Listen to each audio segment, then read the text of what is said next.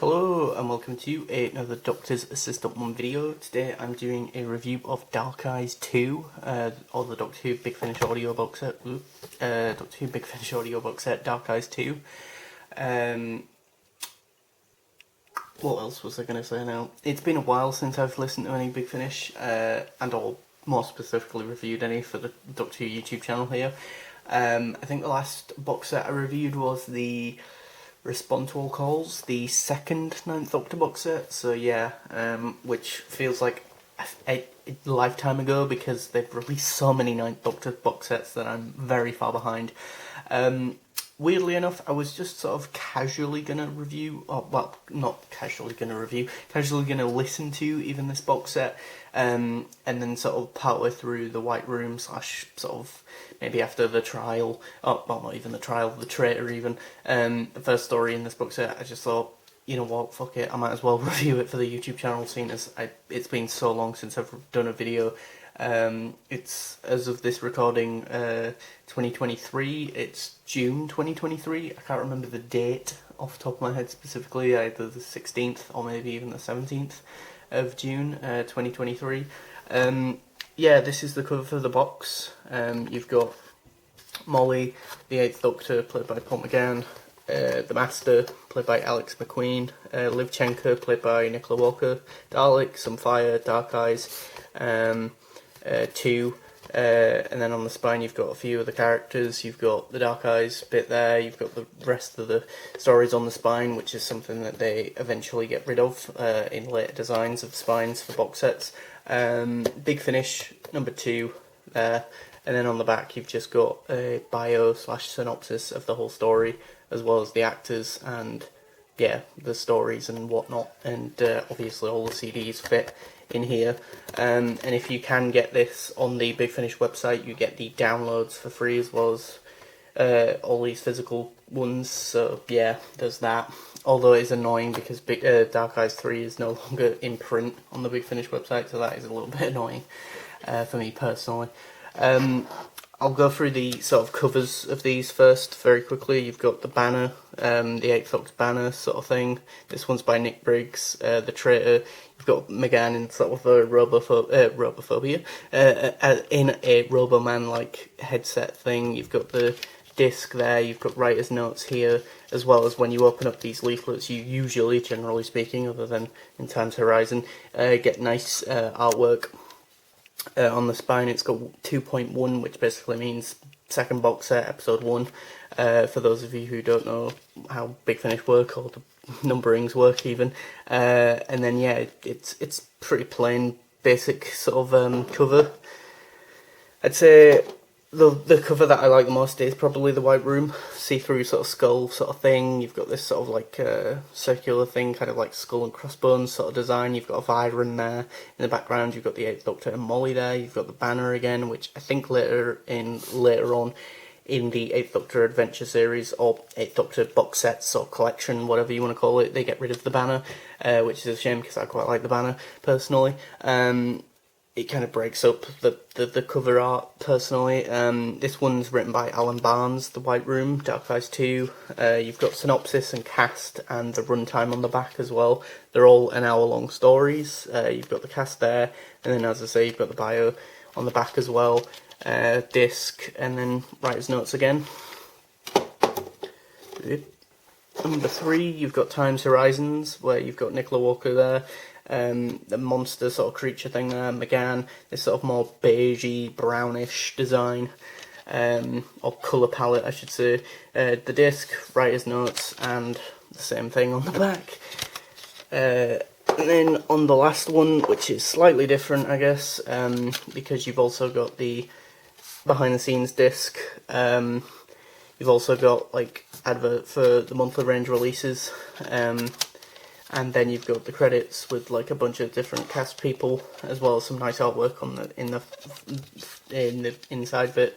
You've got the sort of banner there, you've got Alex McQueen there and another character there, with the bits and pieces here and there, and it does have a nice little circle there telling you that it does contain an extra CD, so what else? You've also just got the same sort of information on the back of the disc, and or CD case even. So yeah, those are all the packaging sort of stuff, boring stuff out of the way. I'll start off with obviously Series 2, Episode 1 of Dark Eyes 2, The Traitor. Honestly, I think this one's kind of quite boring and bland, and that I think it only got really sort of that interesting, particularly interesting towards the end of the story, the sort of last sort of 10-20 minutes, I'd say. Very vanilla, very paint by numbers, you know, your average sort of Dalek occupation sort of story. It kind of feels like McGann's version of Destiny of the Daleks minus Davros. Swap Davros for the time controller, and that's basically it. It's basically Destiny of the Daleks with McGann, but McGann's not even in it much. He's mainly, and even when he is in it, he's mainly a Robo-Man, so, which is a decent or nice enough callback to Dalek Invasion of Earth even. But beyond that, I mean, the standout for me is probably Livchenko or Nicola Walker as Livchenko in the story, as the traitor, as it were. There's a nice callback to Robophobia, which you don't need to have listened to enjoy the story, or in my case, not enjoy the story. And so it's nice if you get the reference and or Easter egg or the connective tissue there, but it's not a Stephen Moffat sort of story where it's like it's integral to the whole narrative structure of the next 3 stories, or this story even in particular. It's written by Nick Briggs, who honestly I think, because he's already written so many stories for Dark Eyes 1, which was pretty much all written by him, I think, if I'm not mistaken, and at this point he was very busy with the Fourth Doctor Adventure series, it would have made more sense to have maybe had him, if he had to be involved in this box set, maybe he could have done the second story, or maybe even the last story, as opposed to opening this story. It feels very disconnected from Dark Eyes 1, which came out back in 2012, and then this released in 2014, so there was a bit of a wait there as well.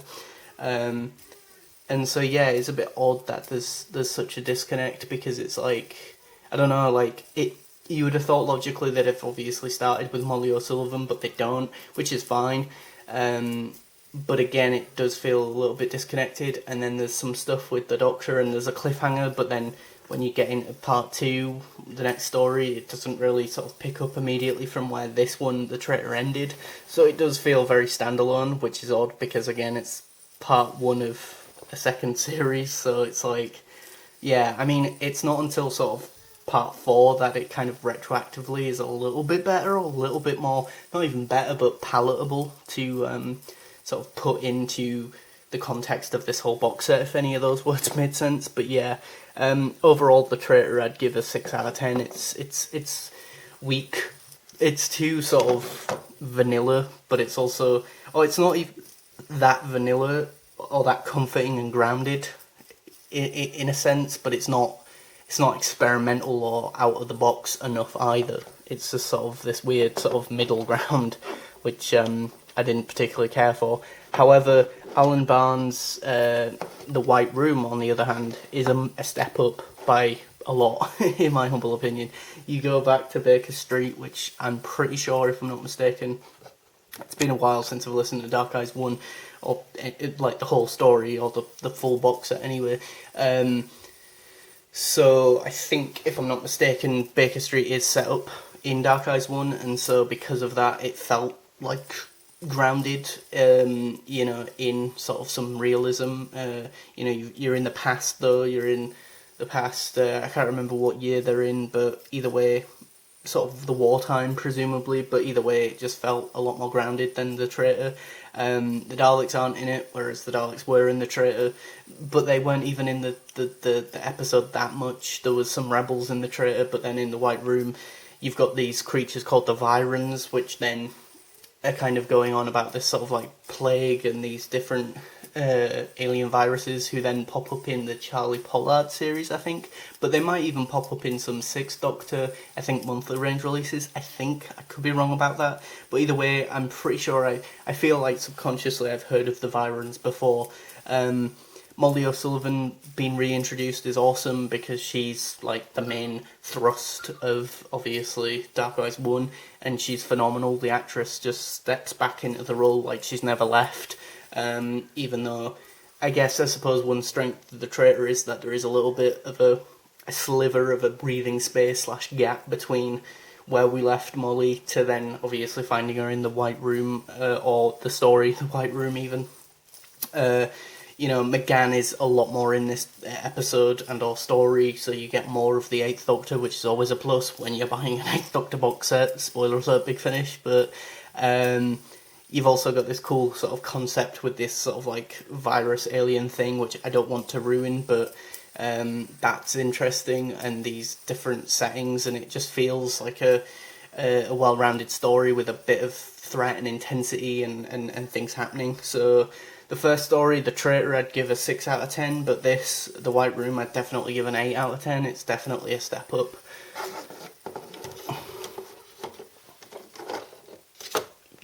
Moving on to the third story in this box set, The Time's Horizon, it feels like a sort of classic Doctor Who Base Under Siege, sort of more modern sort of comparison would be, or a modern series comparison would be like the episode 42, which I do think is one of Chris Chibnall's stronger episodes he's ever written for Doctor Who, and so I mean this in a nice way, that it's like, it feels like that meets sort of, I don't know, like more of a somewhat complex or denser script, like say Death of the Daleks or something, meets 42 with like Liv Chenka, and you finally got Liv Chenka and Nicola Walker in this story, I think, or they're introduced in the tail end, or interact at the tail end of White Room, or maybe it's the beginning of this one, I can't remember, but either way, they're both in this story. Nicola Walker as Liv Chenka, Dr. Liv Chenka, and the actress playing Molly O'Sullivan. So you've finally got the last two characters of the companion variety. Now all the whole band is together, as it were, or back together, as it were. You've also got this sort of like creature / reference to a Fourth Doctor Adventure series sort of thing, monster, which I won't spoil for anyone who hasn't listened to Time's Horizon, but that was quite a big shock to me. This one's written by Matt Fitton. It's quite I don't know if clever's the right word, but as I say, it feels a bit more like higher stakes. There's a bit more intensity, a bit more drama, a bit more twists and turns, and the audio design across the board is really good for a 2014 release. I think, like, when I was listening to these with my headphones on, it all just sounded really good, but it especially seemed like there was a lot more sort of claustrophobia in this one, so again, it felt very sort of 60s Who, traditional sort of Base Under Siege sort of story, or felt very just sort of, I don't know, like Doctor Who, if that makes sense. Like Father's Day is just set in the church, 42 is just that spaceship going towards the sun, and the visuals of, like, we're at the edge of the universe, and this time you're seeing something different, because Dark Eyes 1, if you remember, the Doctor even references it. I tried to go to the edge of the end of the universe before, and this is what I saw last time, but this time it's something different. And then there's, sort of ideas of, well, this is what one timeline thinks of this event, or these narrow or ending events, but this is the timeline we're in this time, and then that kind of culminates into the next story. But Time's Horizon overall by Matt Fitton, I'd give a 9 out of 10. I think it's the best story of the four, personally.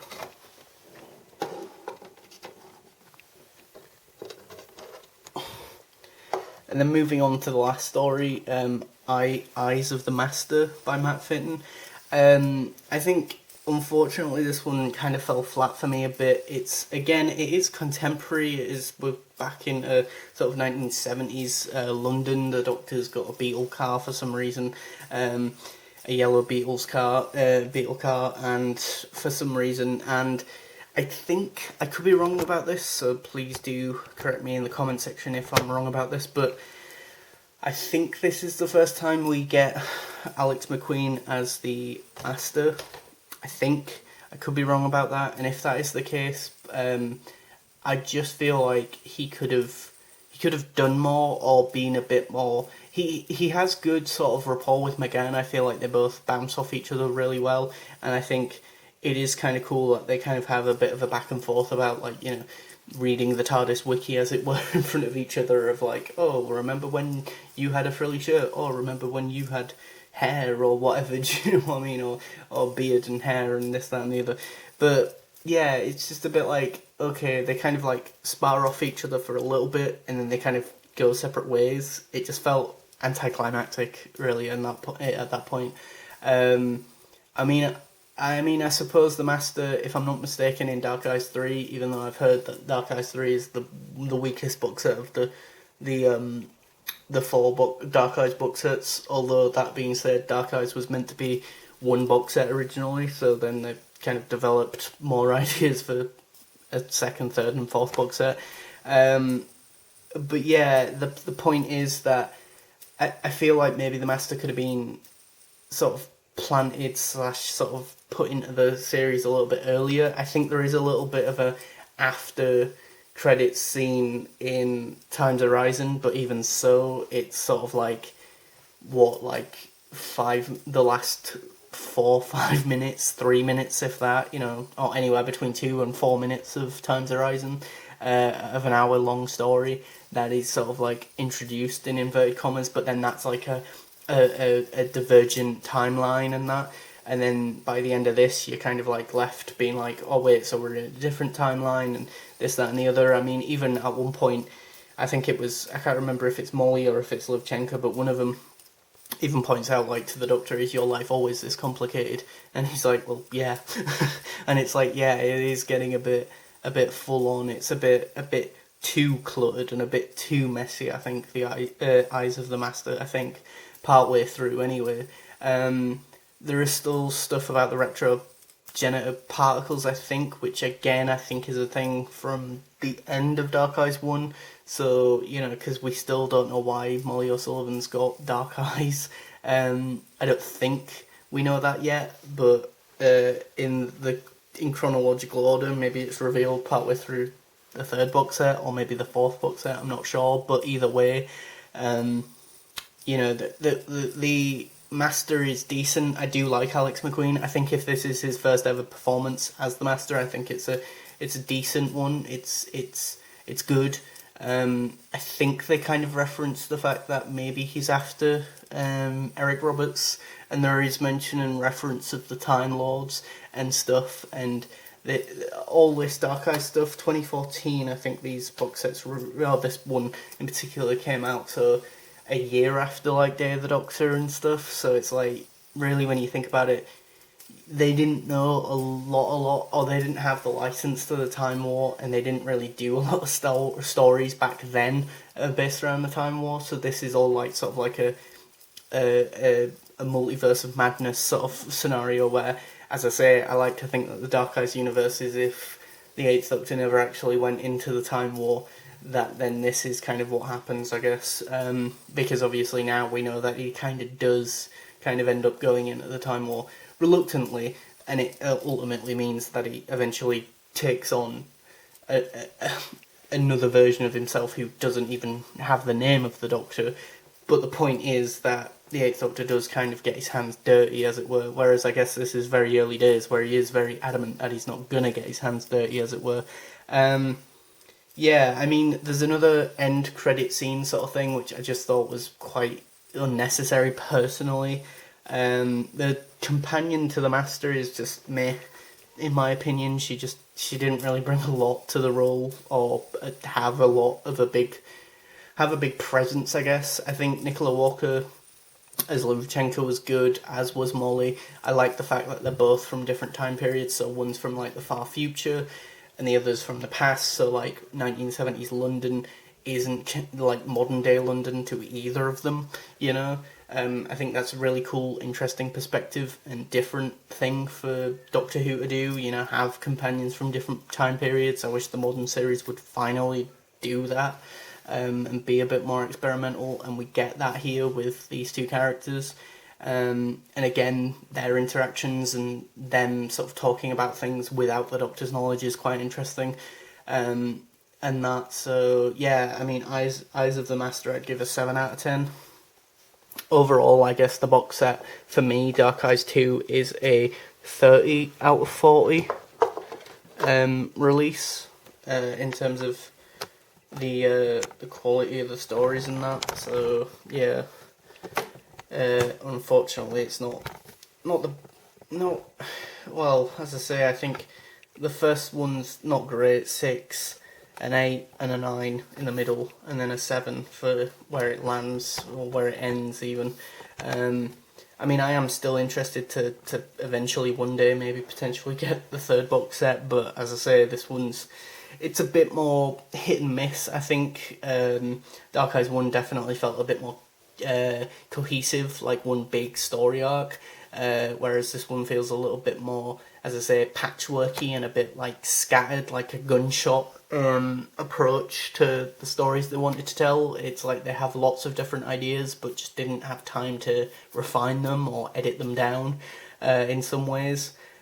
And it is a bit odd thinking about it, that it's called Dark Eyes, and the first box set has the Daleks in it quite a lot, and yet when you get to the second box set, they're barely even in it, really, when you think about it. They're in the Traitor, and then the sort of third, the next 3 stories, they're not even really in it much, if at all. But yeah, I think if I'm not mistaken, then the third box set is pretty heavy on just the Master, and then it's not until Dark Eyes 4 that we actually get the Daleks back, which is a bit odd because, again, they're so prominent and predominant in the first box set, or the main bad guy or thrust of the narrative in the first Dark Eyes. Yet, as I say, it's like Dark Eyes 2, it just sort of like drops the ball in terms of like having the Daleks as a threat. But then the thing is, it's not like the Master is in this box set a lot either. He's in, like, as I said earlier, the tail end of Time's Horizon, and then all of Eyes of the Master, and then that's it. Like, he's in, like, what, like, I don't know, like overall, like, 20% of this box set, if that, you know, maybe 15-20%, if that, you know. But yeah, 30 out of 40. If you've listened to Dark Eyes 2 from Big Finish, please feel free to leave any comments below what you think about any of these stories, and thanks for watching. Please do comment, rate and subscribe to the channel.